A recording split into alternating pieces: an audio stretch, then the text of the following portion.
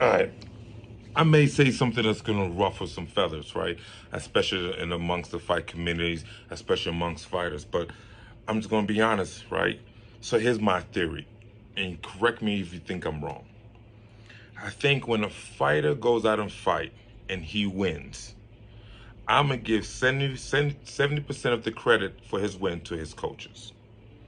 If he goes out and loses, I'm going to give 70% of the credit to his loss to the fighter. Here's why. Okay, let's talk about going out and losing.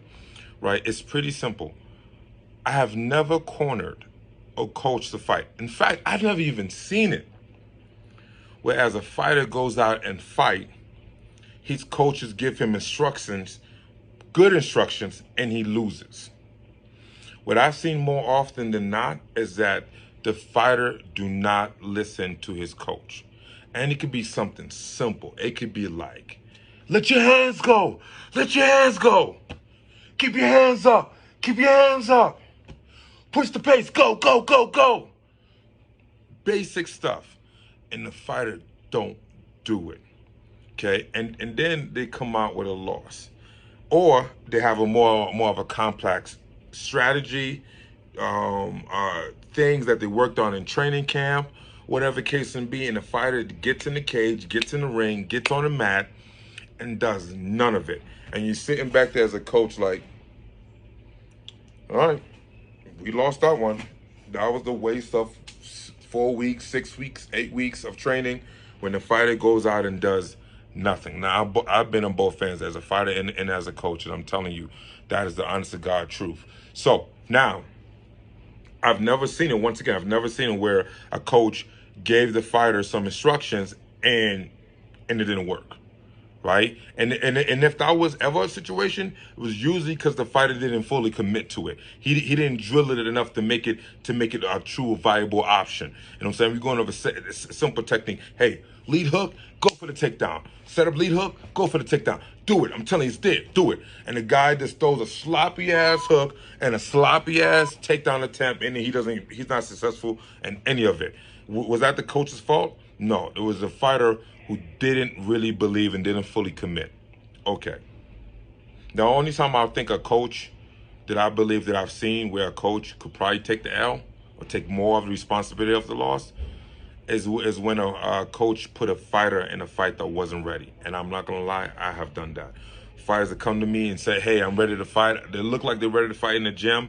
I go book them a fight. And then during training camp, they stop showing up. They stop being as consistent. And I'm thinking to myself, damn, this guy ain't ready. I should pull him. But for some reason, I let it go, hopefully, hoping that it would turn around. And it doesn't. And then it definitely shows up in the fight every fucking time. Every time. You know, so now I'm telling my guys, like, yo, if y'all don't put it in a training camp, I'm pulling you. I don't care if you kick, cry, you know, you sold 1,000 tickets, like, oh, you just go fight for another team, to get another coach, because I'm not going to be a part of it, right? Now, let's talk about when a fighter wins. You say, hold on, coach. So if I lose, I get the credit, but if I win, you get the credit? Why? That's because you wouldn't have known nothing about fighting if it wasn't for your coaches. I'm not even talking about specifically me. I'm talking about your old high school wrestling coach, maybe your old boxing, jiu-jitsu coach, whatever the case may be. You would not, coming out the womb, being raised as a kid, you know nothing about fight. You don't know anything. You don't know how to throw a punch, throw a kick, a takedown, defense, offense, range, strength and conditioning, mental. You don't know anything. Your coaches, be it from when you was a little kid to when you were a full-grown adult as a pro, you'll learn almost everything from either your coaches or maybe from a trainer partner. Shit, from even online coaching. But you learn it from somewhere.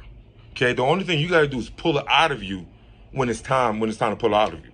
Okay, but all the knowledge and all your success is coming from the tools that your coaches gave you. So yes, I'm gonna give the coach 70% of the credit when it comes to your win. When I see a fighter goes out there and he's freaking dope, I'm like, yo, those coaches put work in that dude. You know what I'm saying? Like, I mean, the guy probably was a natural athlete. He's probably super strong. He just got that natural, athletic, quick response, hard worker, 100%. But the knowledge base, that's going to come from your coaches, okay?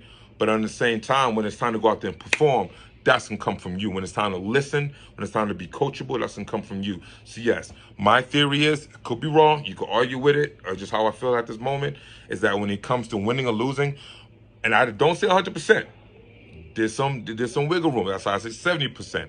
When you go out there and win, it's mostly your coach's fault. And when you go out there and lose, it's mostly your fault. And you got to take accountability, or when it's time to take accountability. And you have to give credit to your coaches when you're going out there and being successful. That's my thought. Words of Wisdom Wednesday. That's all I got. Hard work, dedication. Like, subscribe, leave a comment, all those things. You want to argue, we can argue. I don't care. But let's talk about it.